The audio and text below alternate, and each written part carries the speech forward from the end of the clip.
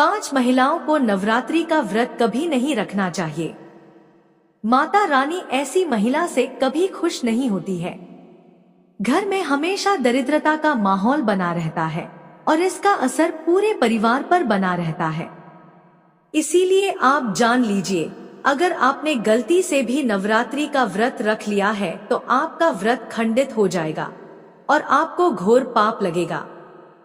जाने कहीं आप भी इन 5 महिलाओं में से तो नहीं।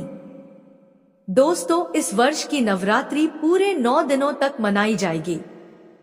ना एक भी दिन कम ना एक दिन ज्यादा, पूरे 9 दिनों तक मनाई जाएगी। मां भगवती की विशेष रूप से पूजा आराधना की जाएगी। नवरात्र का महापर्व इस बार 2024 में 3 अक्टूबर गुरुवार से शुरू होकर 12 अक्टूबर शनिवार को समाप्त होंगे। ऐसे में नवरात्रि पर माता शेरावाली की जो भी माता का भक्त नवरात्रों में माता रानी की पूजा शुभ मुहूर्त में करता है तो वह पूजा बहुत ही शुभ और मंगलकारी मानी जाती है।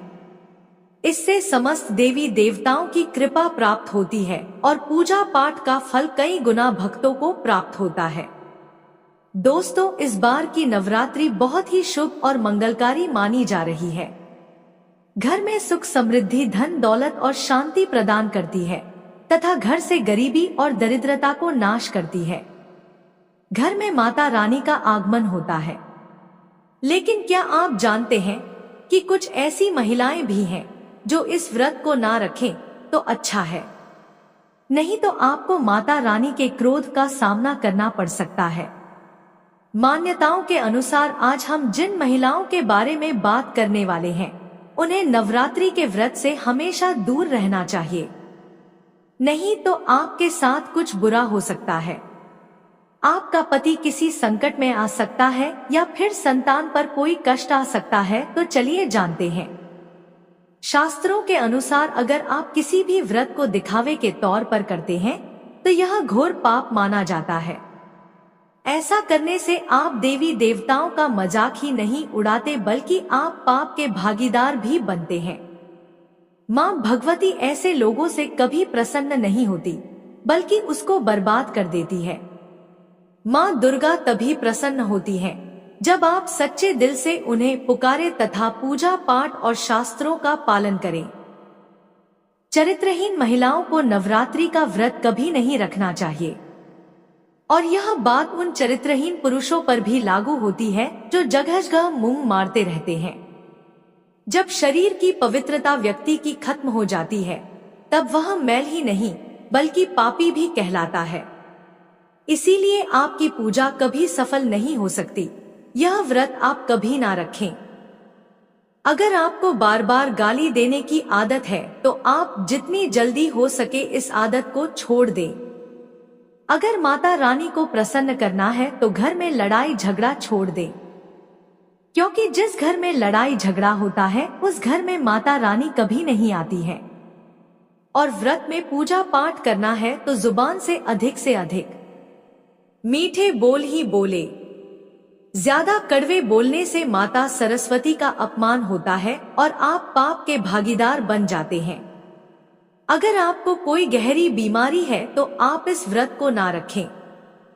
जैसे उदाहरण के तौर पर शुगर की बीमारी, दिल की बीमारी, हार्ट अटैक, शरीर में कमजोरी होना, चक्कर आना, बीपी का बढ़ जाना, शरीर में दर्द होना, तो आप यह व्रत कभी ना रखें। नहीं तो आपके साथ कुछ भी हो सकता है, इसीलिए सावधान रहे। मासिक धर्म में भूलकर भी व्रत नहीं रखें, क्योंकि मासिक धर्म में जो आपके वस्त्र होते हैं वह मैले हो जाते हैं। इसलिए ऐसे में पूजा पाठ नहीं करना चाहिए।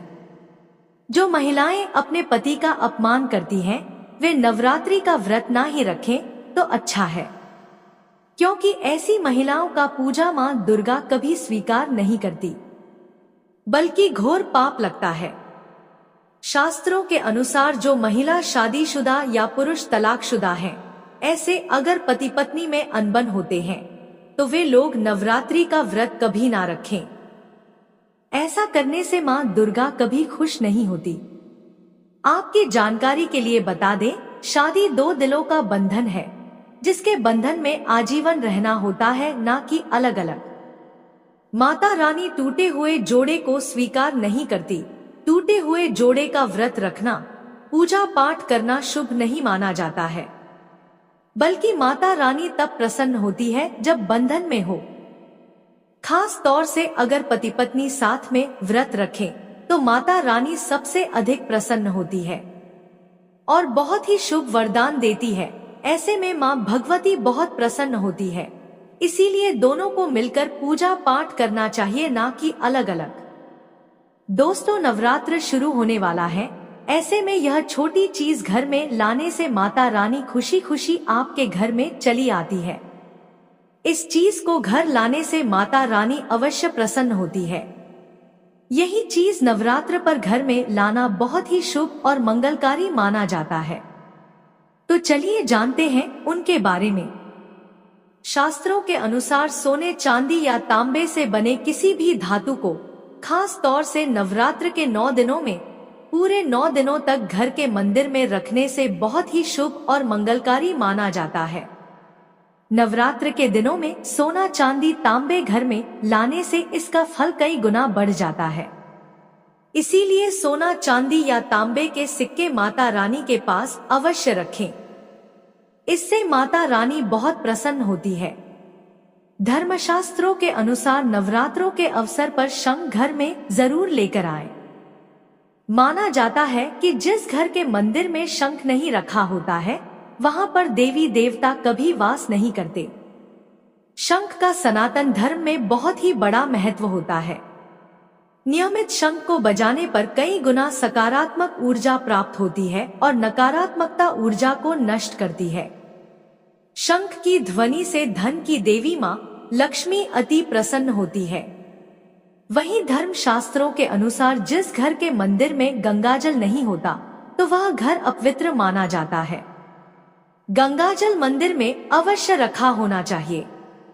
यदि आप घर में गंगाजल लाने में असमर्थ हैं, तो अपने आसपास किसी पवित्र स्थान, किसी तीर्थ स्थान का पानी लाकर घर में रखें। नवरात्रि में मां सरस्वती का प्रिय मोर पंख लाकर घर के मंदिर में रखने से कई सारे फायदे होते हैं। खास तौर से नवरात्रों के दिनों में मंदिर में मोर पंख जरूर रखें।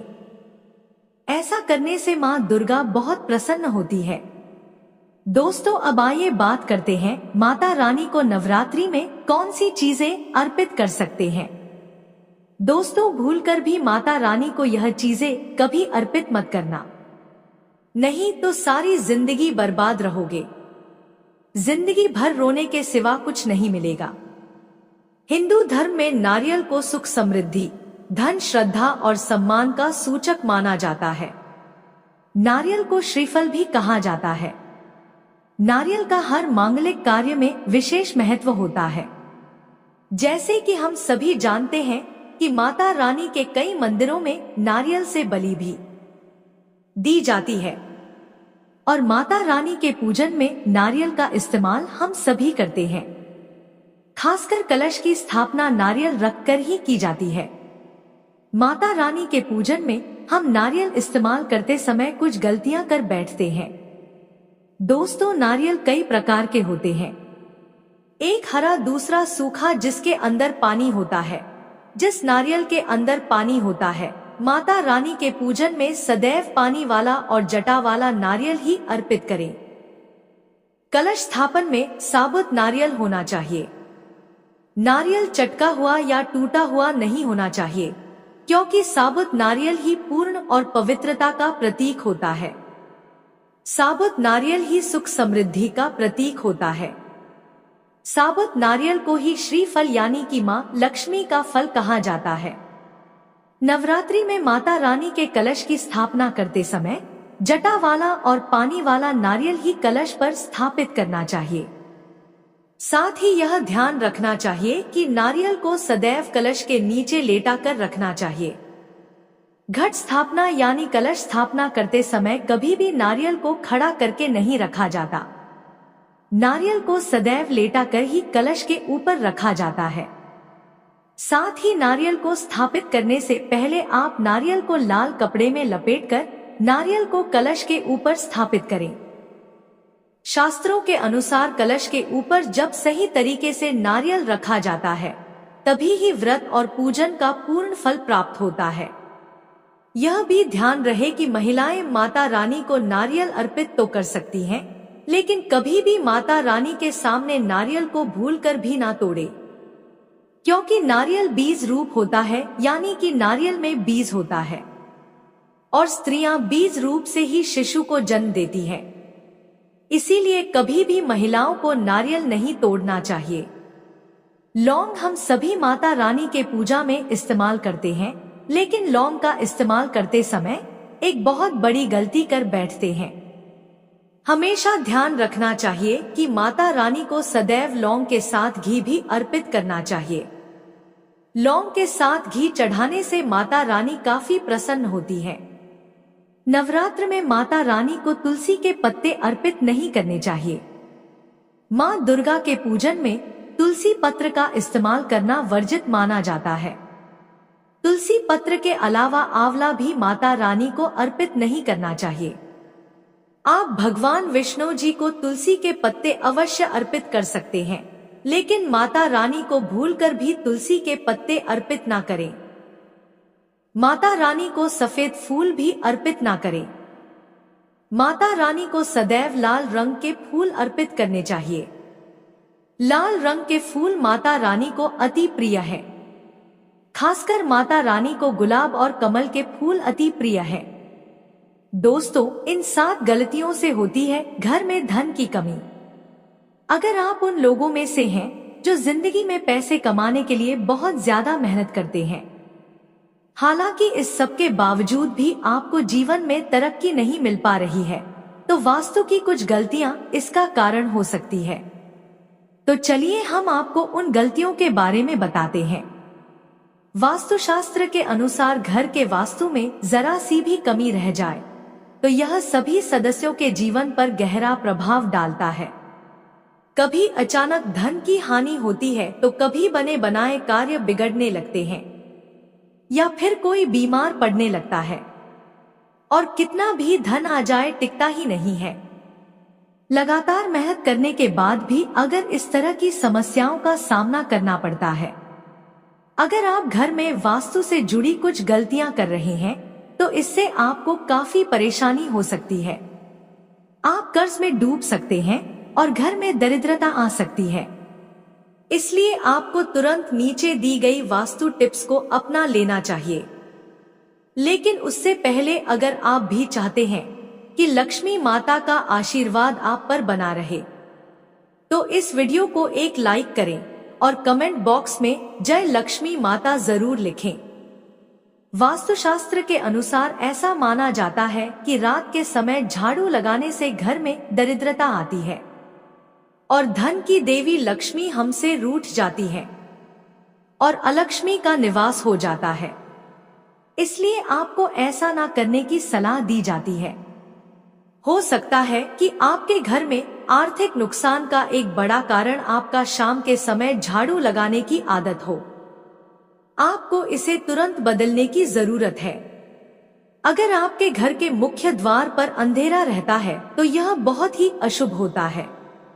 आपको बता दें कि अगर घर के मुख्य द्वार पर अंधेरा हो तो बनते काम बिगड़ जाते हैं और इस वजह से बहुत मेहनत करने के बाद भी आप कई कामों में सफल नहीं हो पाते हैं।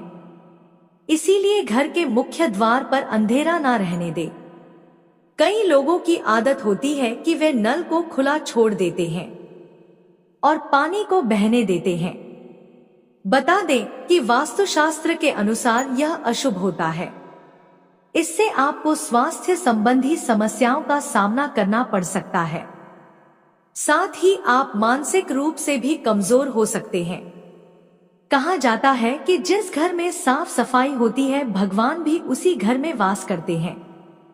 इसीलिए आपको अपने घर को पूरी तरह से साफ सुथरा रखना चाहिए।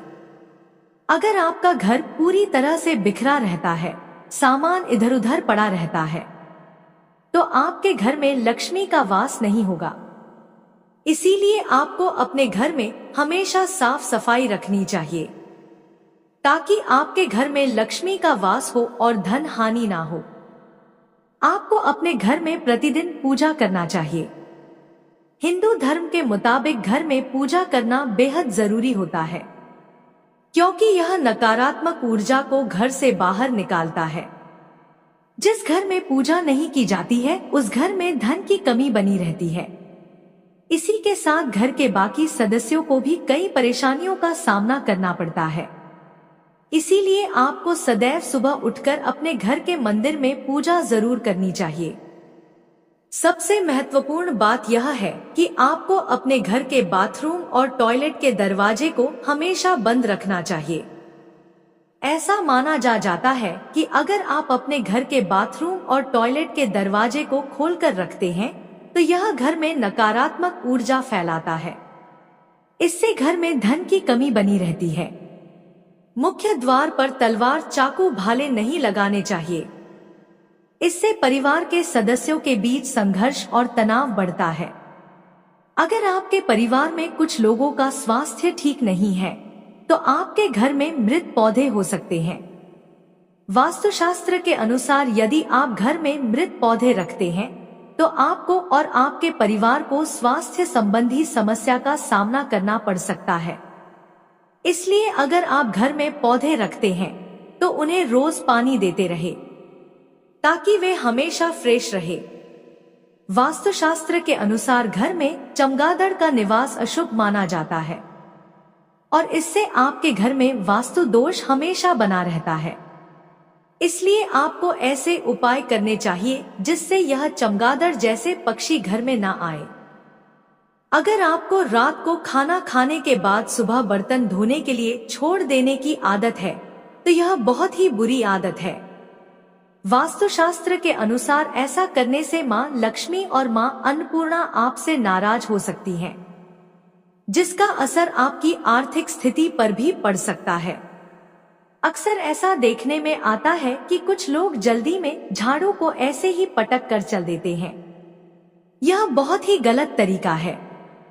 झाड़ू को माँ लक्ष्मी का स्वरूप माना जाता है। मानते हैं जो लोग झाड़ू को इस तरह से पटक कर रखते हैं उन लोगों से माँ लक्ष्मी नाराज हो जाती हैं और उनके घर में माँ लक्ष्मी नहीं रहती हैं। झाड़ू का सम्मान करना चाहिए और प्रयोग करने के बाद झाड़ू को आहिस्ता से रख देना चाहिए। झाड़ू को घर में इस प्रकार से छिपा कर रखना चाहिए कि बाहर से आने वालों को झाड़ू नजर ना आए। कुछ लोगों की यह आदत होती है कि नहाने के बाद वह बाथरूम ऐसे ही गीला छोड़ देते हैं और साबुन का पानी पड़ा रहता है और बाथरूम गंदा का गंदा रह जाता है।